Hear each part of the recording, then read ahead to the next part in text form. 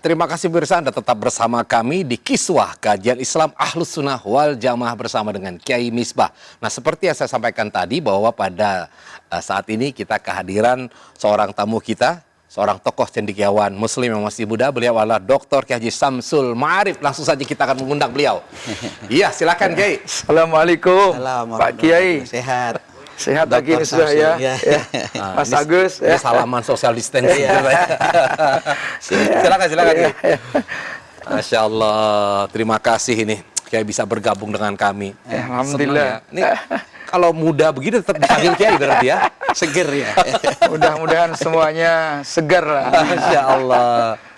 Ya, baik, bisa kita mulai kembali ya pemirsa. Ada tadi pertanyaan yang masih sebenarnya terganjal. Nah, kita akan minta sharingnya dari Kiai kita. Kiai, kalau bicara mengenai namanya istiqomah, apakah orang yang melakukan sesuatu atau berapa lama sih durasi orang itu dikatakan istiqomah? Apa seminggu, sebulan, 1 tahun begitu?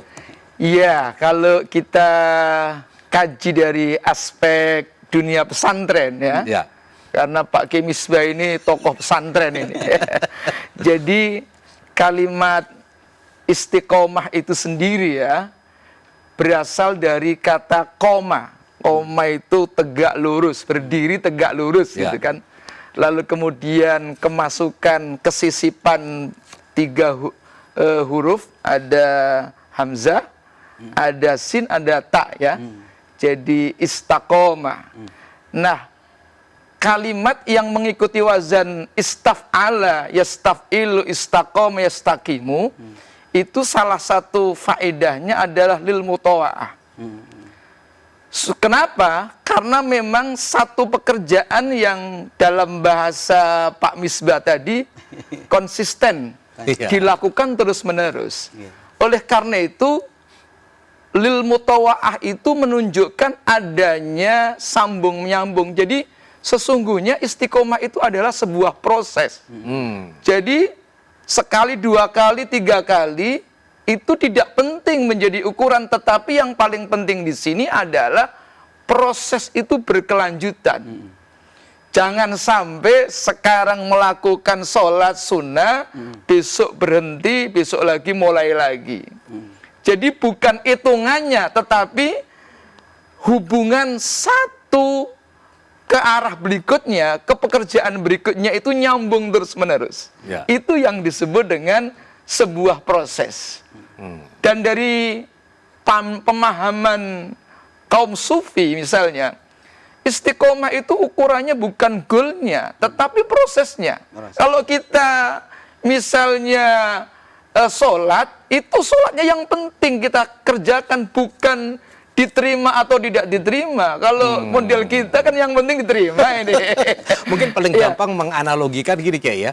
Kadang orang kan ingin badannya itu jadi gitu kan. Kan harus istiqomah dia setiap hari. Bukan kalau kemudian hasilnya adalah yang dipengen badannya, tapi ketika itu dilakukan proses otomatis ujung-ujungnya jadi betul gitu ya. Jadi proses latihannya. Latihan itu yang disebut dengan istiqomah. Jadi tidak melihat tiba-tiba hasilnya gitu kan.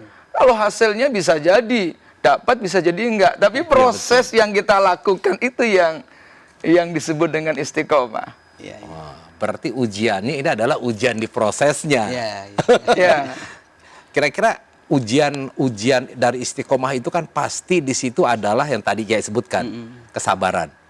Ya, kemudian juga ada situasi-situasi yang ya misalkan diri kita kan nggak senantiasa itu stabil. Ada masa-masanya males, ada masa-masanya semangat. Kiai punya kunci barangkali. Oh iya. Kiatnya apa tuh? Seseorang yang bisa mempertahankan sebuah proses itu godaannya besar. Iya.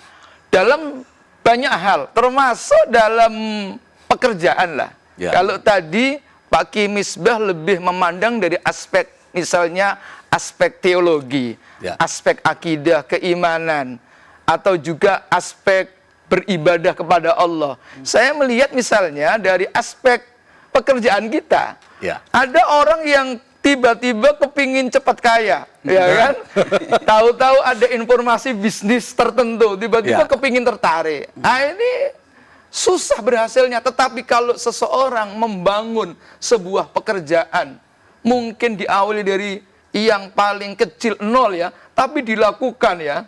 Misalnya kita punya pekerjaan kaki lima itu, ditekuni terus-menerus lalu berkembang, tiba-tiba Masya Allah, sekarang menjadi kaki lima yang menguasai Pasar. Jakarta. Ya. Jadi seseorang yang pekerja yang hebat itu adalah seseorang yang mengikuti proses terus-menerus. Ya, Ya. kayak ini bercanda aja Kiai. Ya. Kan biasa kayak dulu waktu menikah pertama kali, kan dengan istri pasti mesra dong, cium. Berangkat misalkan cium pipi atau apa, Ya. itu tetap dilakukan sampai sekarang nggak? Insya Allah. Iya, iya. Itu bagian dari istiqomah. Istiqomah. Ya minimal dapat berkat lah gitu dikasih ke istri gitu kan. Kalau tidak memberikan yang lain, alhamdulillah ini ada sesuatu ini, Ustadz. Ini rahasia jangan ngomong-ngomong Ustadz. Kayak Misbah ini. Dalam dunia dai itu, kalau kita ceramah pulang, itu kan biasanya dapat ini. Unsayun. Unsayun, bahasa Madura unsayun. Misbah ini orang Madura unsayun. Dapat berkat lah kira-kira. Tiba-tiba ini nggak dapat apa-apa. Kita ini mampir loh ke apa namanya warung ya. Kita sekedar beli buah, minta dibungkusin supaya apa? Istiqomah memberikan sesuatu gitu. Pengaruh ya. Iya, Ketika dong. datang kemudian ini Nanti jadi besoknya ditanya ini bener ceramah apa enggak? baik. Kiai Misbah ini kita tadi berbicara mulai Iya. dari contoh istiqomah yang berat Iya. sampai kepada istiqomah yang ringan, yang ringan. Nah, artinya bahwa istiqomah ini kalau begitu kan dalam semua aspek kehidupan ya. Iya.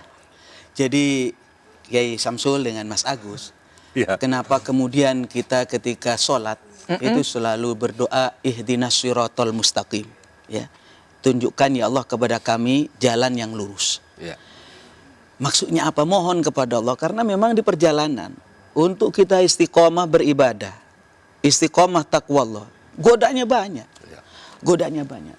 Dan saya kalau melihat hasil betapa banyak orang yang kelihatan ibadahnya biasa-biasa, Kiai Samsul. Iya. Ada saya ketemu dengan seorang Bapak Haji ya di daerah Jakarta Timur. Nggak usah disebut namanya. Iya. Beliau ini subhanallah kaya, makmur, luar biasa usahanya barokah. Saya tanya, Pak Haji, sampean itu apa sih ibadahnya? Iya. Kok makmur begitu, hidupnya tenang gitu, sejuk gitu. Jawabannya, saya ini cuma istiqomah Pak Yai, rajin baca sholawat nariyah katanya. Masya Allah. Berapa kali kata saya? Cuma 11 kali ba'da sholat Pak Kiai. Ya saya namanya orang bodoh. Sayanya baca sholawat nariyah 11 kali. Subhanallah. Saya yang jadi Kiai itu malu. Kenapa? Karena sudah dipanggil Kiai kalah ibadahnya sama beliau. Karena itu ya Allah memang benar. Kalau orang istiqomah, tatanazzalu alaihimul malaikat. Hidupnya itu akan dilindungi oleh Allah Subhanahu wa taala. Lah ini mengapa harus terus ditekankan kepada masyarakat walaupun kita sedikit. Ya. Tadi misalnya sedekah Pak Yai nggih? Iya. Sedekah uang, apakah sedekah senyuman? Kalau beliau Iya. itu kan bagaimana istiqomah kalimatnya membahagiakan istri kan. Kalau awal-awal dulu mungkin caranya beda, sekarang sudah makin tua caranya juga berbeda ya. Tetapi ya paling penting adalah keistiqomahan itu. Karena kalau sudah istiqomah biasanya muncul karomah. Muncul kemuliaan dari Allah. Termasuk istiqomah kita bertahan untuk sabar dari omelan istri. Ya. Itu akan melahirkan karomah seorang kiai. Kayaknya itu gara-gara penekanannya agak beda ini ngomongnya. enggak, ini bener ini. Iya, iya, Jadi banyak orang diangkat derajatnya oleh Allah, bahkan menjadi wali ya. Jadi wali gara-gara sabar karena apa?